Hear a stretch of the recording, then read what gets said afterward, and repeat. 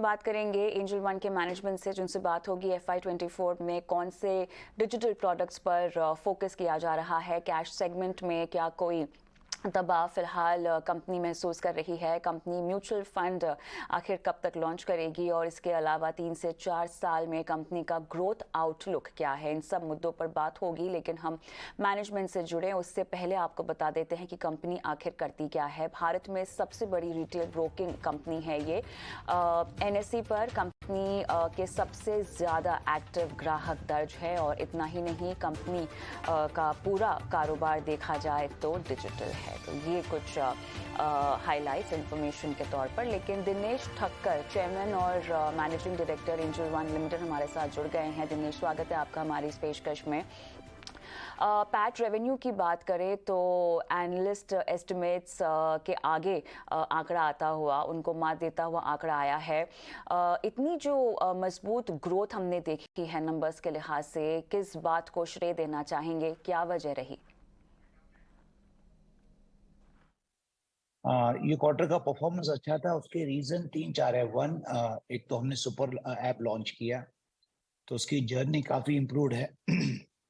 Second, हमारा जो acquisition strategy थी, we focused more on client acquiring client from Tier 2 और उसके बियॉन्ड जो सिटीज है, छोटे छोटे जो सिटीज है इंडिया की, जहाँ पे बहुत सारे क्लाइंट को एक्सेस ही नहीं है मार्केट के लिए। So we thought that would be kind of like right strategy to acquire more customer. Second thing, क्या हमने किया, हमने जो जर्नीज हमने जो इम्प्रूव की थी, वो journeys new to market customer को ध्यान में रखते हुए जर्नीज हमने क्रिएट की हुई है सुपर ऐप में। तो उसका बेनिफिट ये मिला, जब भी हमने क्लाइंट एक्वायर किया फ्रॉम Tier 2 एंड बियॉन्ड, तो उन लोग ने न ही सिर्फ अकाउंट ओपन किया बट ट्रेडिंग भी स्टार्ट की। तो आई थिंक ये 3-4 कॉम्बिनेशन है which worked in our favour. And आगे चल के भी हमारा यही फोकस रहेगा कि ये सुपर ऐप में और जर्नी ऐड करें, जहाँ पे mutual fund, lending product, insurance product भी अवेलेबल है। आरपो की अगर हम बात करें तो पहली बार हमने देखा है कि डिजिटल के माध्यम से यहाँ पर बेहतरीन परफॉर्मेंस और नंबर्स जो हैं वो दर्ज होते हुए देखे गए हैं। लेकिन जो डिजिटल वर्टिकल है, और इनफैक्ट जो प्रोडक्ट्स आपने लॉन्च किए हैं FY24 में, जिनकी उम्मीद है कि लॉन्च हो जाएंगे, उससे क्या आपका जो खर्च है डिजिटल को लेकर, क्या उसमें किसी भी तरह का इजाफा आने वाले तिमाहियों में? आप किस तरह की योजना बना रहे हैं, जहाँ पर कॉस्ट इन्वॉल्वमेंट कितनी होगी, कहाँ तक होगी, क्या बता पाएंगे?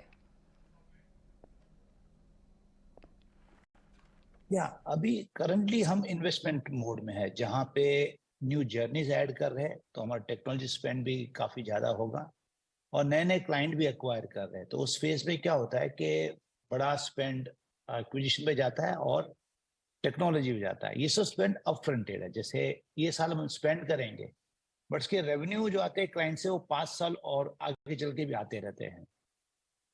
तो टोटल हमारा फोकस यही रहेगा ये साल कि कैसे और मार्केट शेयर इंप्रूव करें, कैसे और क्लाइंट एक्वायर करें, और ये सुपर ऐप की जो जर्नी है उनमें मल्टीपल कंफ्यूज जर्नी डालेंगे। जैसे लास्ट क्वार्टर में हमने म्यूचुअल फंड की जर्नी ऐड की, और हमारा अपने ये लास्ट मंथ का न्यू इंक्रीमेंटल सिप में अभी हमने total 42,000 new SIPs account create किए। तो फोकस ये रहेगा कि अब म्यूचुअल फंड में भी कैसे हम सिप मार्केट में मार्केट लीडर बने, और आगे चल के जो ये अपने ये आरपू होगा उसमें काफी चेंज नहीं आएगा, क्योंकि हम उस मार्केट्स में जा रहे हैं जहाँ पे कस्टमर का पर कैपिटा इनकम कम है। तो हमारे एक्सपेक्टेशन है कि लाइफ टाइम वैल्यू क्लाइंट का इंक्रीज होगा, बट जो कि आरपू है वो स्टेडी रह सकता है या तो थोड़ा घट भी सकता है। बट जैसे हम न्यूअर पॉकेट में जाते हैं, जैसे कस्टमर जो 25 साल के हैं, और उनका अपना ये वॉल्यूम इन्वेस्टमेंट ट्रेडिंग में कम होता है, और उनका लाइफ साइकिल जो देखोगे, आगे करियर का जो ग्रोथ है और टोटल लाइफ टाइम वैल्यू है, काफी ज्यादा होती है उनकी। अगर हम आगे बढ़ते हुए देखें तो F&O सेगमेंट पर मैं फोकस करना चाहूँगी, और कमोडिटीज़ में, जहाँ पर आपका जो मार्केट शेयर है वो इम्प्रूव होता हुआ दिखाई दे रहा है, लेकिन कैश सेगमेंट में कमी देखी गई है अगर हम Q4 के मुताबिक सवाल लेना चाहें तो। लेकिन जो प्रेशर कैश सेगमेंट में दिखाई दे रहा है इन्वेस्टमेंट एक्टिविटी के लिहाज से इनमें जो गिरावट देखी गई है क्या वो और बरकरार रह सकती है? किस तरह की गिरावट रिसेंट मंथ्स में आप अगर समझाना चाहें तो समझा पाएंगे हमें? नहीं, मुझे लगता है अपना ये जो शिफ्ट होता है, जो न्यू टू मार्केट कस्टमर आते हैं, काफी बार हमने देखा है वो लोग ऑप्शन से स्टार्ट करते हैं, फ्यूचर से स्टार्ट करते हैं और स्लोली फिर कैश में भी ट्रेडिंग स्टार्ट करते हैं। तो हमको लगता है ये एबरेशन ट्रेंड है, जहाँ पे हम वर्किंग कर रहे हैं नए नए तरीके, जहाँ पे हम क्लाइंट को कैश मार्केट में एक्टिव कर सके। तो गोइंग फॉरवर्ड मुझे लगता है अपना ही जैसे ही मार्केट इंप्रूव होगा तो उनका पार्टिसिपेशन कैश और एफएनओ में काफी बैलेंस रहेगा। उस हिसाब से हम ओवरऑल पहले मार्केट शेयर देखते हैं जिसमें काफी इंप्रूवमेंट आ रहा है, और ये कैश सेगमेंट में क्या नए नए जर्नी ऐड कर सकते हैं उस पर वर्किंग चालू। कंपनी के पास इन प्रिंसिपल अप्रूवल है सेबी से और म्यूचुअल फंड्स लॉन्च करने के लिहाज से कब तक इस पर आप काम करना शुरू करेंगे? कब तक लॉन्च होंगे आपके म्यूचुअल फंड्स? हमको इन प्रिंसिपल अप्रूवल मिल चुका है। प्रोसेस होता है कि अपना ये एएमसी कंपनी फॉर्म करना, ट्रस्टी कंपनी फॉर्म करना, की मैनेजमेंट पर्सन को अपॉइंट करना, उसके बाद में हम रीअप्लाई करते हैं for final approval from SEBI. तो इस होल प्रोसेस को मुझे लगता है वापस फाइनल अप्रूवल के लिए अराउंड 6 महीने का टाइम दिया जाता है। उस टाइम पीरियड में हम फाइलिंग कंप्लीट कर देंगे और 6-8 महीना लगता है सेबी को क्लियर करने में। तो यहाँ से करीबन 12 से 15 महीना आप समझिए कि फर्स्ट स्कीम लॉन्च होगी, इसमें 12 से 15 महीने का टाइम। कंपनी के प्रोडक्ट बुके पर अगर मैं फोकस करना चाहूँ तो अब FY24 के लिहाज से आपका फोकस किस किस पर है? Unsecured retail lending, insurance distribution, क्या इन पर आपका फोकस है? अगर इन पर फोकस है तो रेवेन्यू और ग्रोथ को लेकर आपकी क्या उम्मीदें होंगी इन प्रोडक्ट्स और इस पूरे बुके में से? FY24 में हम ये जर्नीज लॉन्च करेंगे, जैसे अनसिक्योर्ड लोन्स वगैरह लास्ट क्वार्टर में वो जर्नी इंट्रोड्यूस होगी। आप देखोगे अगर मोस्टली यूथ का पैटर्न क्या होता है कि वो जितना भी वो कमाते हैं या तो उनको इन्वेस्टमेंट करना है अच्छे अप्रिसिएशन के लिए, या तो उनको स्पेंड करना है। जो स्पेंड करना है उनको फिर लिवरेजिंग चाहिए, उनको लोन्स चाहिए। आज की जनरेशन बिलीव करती है काम भी करो और वेकेशंस करो और अच्छी तरह स्पेंड करो। तो हमको लगता है ये जो जर्नी ऐड करेंगे अनसिक्योर्ड लेंडिंग का, काफी हद तक अपना ये रेवेन्यू में कंट्रीब्यूट करेगी। बट इस सब जर्नी को अपने हिसाब से टाइम लगेगा, तो हम इंट्रोड्यूस करेंगे ये journey last quarter of this financial year, current financial year. Insurance में हमारा फोकस रहेगा using our B2B channel, because insurance का जो चैनल है वो काफी हद तक अभी भी फिजिकल है, depends on RMs and all that. इसमें डिजिटल प्रोडक्ट्स काफी नहीं है। तो आई वुड से इंश्योरेंस का मार्केट जब भी डिजिटल होगा will be able to get a good market share, because हमारा फोकस फिजिकल मार्केट में नहीं है, डिजिटल जर्नीज में है। तो हमारा फोकस जो रहेगा ये साल म्यूचुअल फंड में मार्केट शेयर गेन करना, अनसिक्योर्ड लेंडिंग की जर्नी स्टार्ट करना, और जो इंश्योरेंस बिजनेस है वो थ्रू B2B चैनल बढ़ाना। ग्रोथ आउटलुक ये बताएं अगले 3 से 5 साल के लिए दिनेश जी, आपने क्या रखा हुआ है कंपनी के लिए?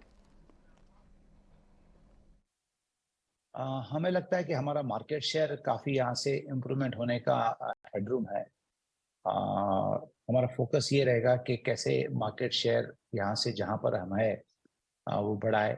अब जब हम मार्केट शेयर कहते हैं, एक मार्केट शेयर है क्लाइंट एक्वायर करना, सेकंड है उनको एक्टिव करना। NSE एक्टिव का जो अपनी मार्केट शेयर है उसमें अभी हमारा मार्केट शेयर 13.1 है, बट हम नए क्लाइंट जो एक्वायर करते हैं उसमें हमारा मार्केट शेयर 21% है। तो फोकस ये होगा कि कैसे ये एक्टिव मार्केट शेयर को भी हम बढ़ाएं, कैसे मार्केट शेयर इन रेवेन्यू हम बढ़ाएं, कैसे market share cash segment, margin trading product, commodity segment. तो फोकस ये होगा हर जगह हमारा मार्केट शेयर बैलेंस होना चाहिए। दिनेश जी, बहुत बहुत धन्यवाद। समय निकाला, कंपनी की तमाम योजनाओं को हमारे साथ साझा किया। लेकिन एंजल वन में अब आपको क्या करना चाहिए, किस तरह की रिकमेंडेशन एनालिस्ट दे रहे हैं। विलियम ओनील इंडिया के मयूरेश जोशी हमारे साथ जुड़ गए हैं। मयूरेश, आफ्टरनून, स्वागत है आपका कॉर्पोरेट कनेक्शन में। और हम बात कर रहे थे एंजल वन के मैनेजमेंट से दमदार नतीजों के बाद आगे की विस्तार योजना और कहाँ कहाँ पर उनका फोकस होगा, इस पर उन्होंने हमें जानकारी दी है। आप किस तरह का मार्गदर्शन देंगे स्टॉक को लेकर हमारे दर्शकों को? Very good afternoon. ये दो तीन चीजें, एक आई थिंक जो स्टॉक मार्केट की एवरेज डेली टर्नओवर है, वहां पे थोड़ी वॉलेटिलिटी की वजह से डिप जरूर देखने मिली है और उसका प्रभाव ब्रोकिंग फर्म्स पे जरूर आता है, both in terms of how the overall book is increasing. शायद घट रहा है because of the volume in activity और थोड़ी डिक्रीज जो कॉन्ट्रैक्शन हम देख रहे हैं, और आरपूस पे भी इसका प्रभाव आता है।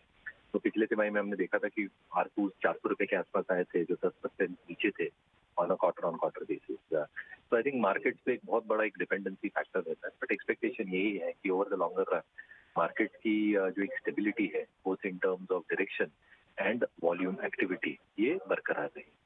दूसरा I think in terms of their gross client addition, वो जरूर पिछले तिमाही में डिप हुए रहेंगे, बट जो नंबर ऑफ ऑर्डर्स हैं उसमें इतना सिग्निफिकेंट डिक्लाइन नहीं आया जितना ग्रॉस एडिशंस में आया था।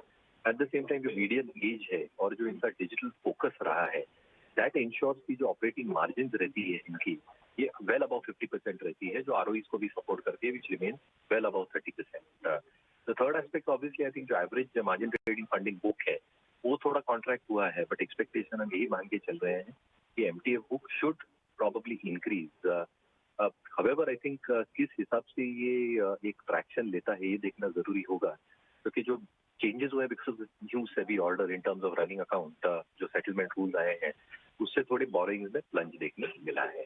Last but not the least I think जो एक्सपेक्टेशन है in terms of employ cost, other expenses, वो थोड़े एलिवेटेड रह सकते हैं to expand the market share. तो आई थिंक जो मार्केट शेयर गेन की हम बात कर रहे हैं, या टू इवन इंश्योर की जो मार्केट शेयर है वो मेंटेन करे, वहां पे एलिवेटेड एक्सपेंसेस की वजह से इबिटा मार्जिन थोड़े आई थिंक स्टेबल रह सकते हैं। तो इसकी ट्रेजेक्टरी कैसे रहती है देखना जरूरी है, बट डिविडेंड यील्ड अच्छी खासी है एट 2.5%। तो कहीं ना कहीं आई थिंक डायनामिक्स फेवर में है। Short term if you talk about the next 2 to 3 quarters, market conditions की वजह से थोड़ा आई थिंक नंबर्स पे इम्पैक्ट आ सकता है, तो जिसका लॉन्गर टर्म व्यू है बिल्कुल बरकरार रह सकते हैं। On the O'Neill lens moving averages के ऊपर है स्टॉक, जो एक पॉजिटिव संकेत देता है। बिल्कुल मयूरेश, धन्यवाद। काफ़ी विस्तार से आपने तमाम बारीकियां हमें समझाई और दर्शकों का मार्गदर्शन किया। हम आगे बढ़ते हैं।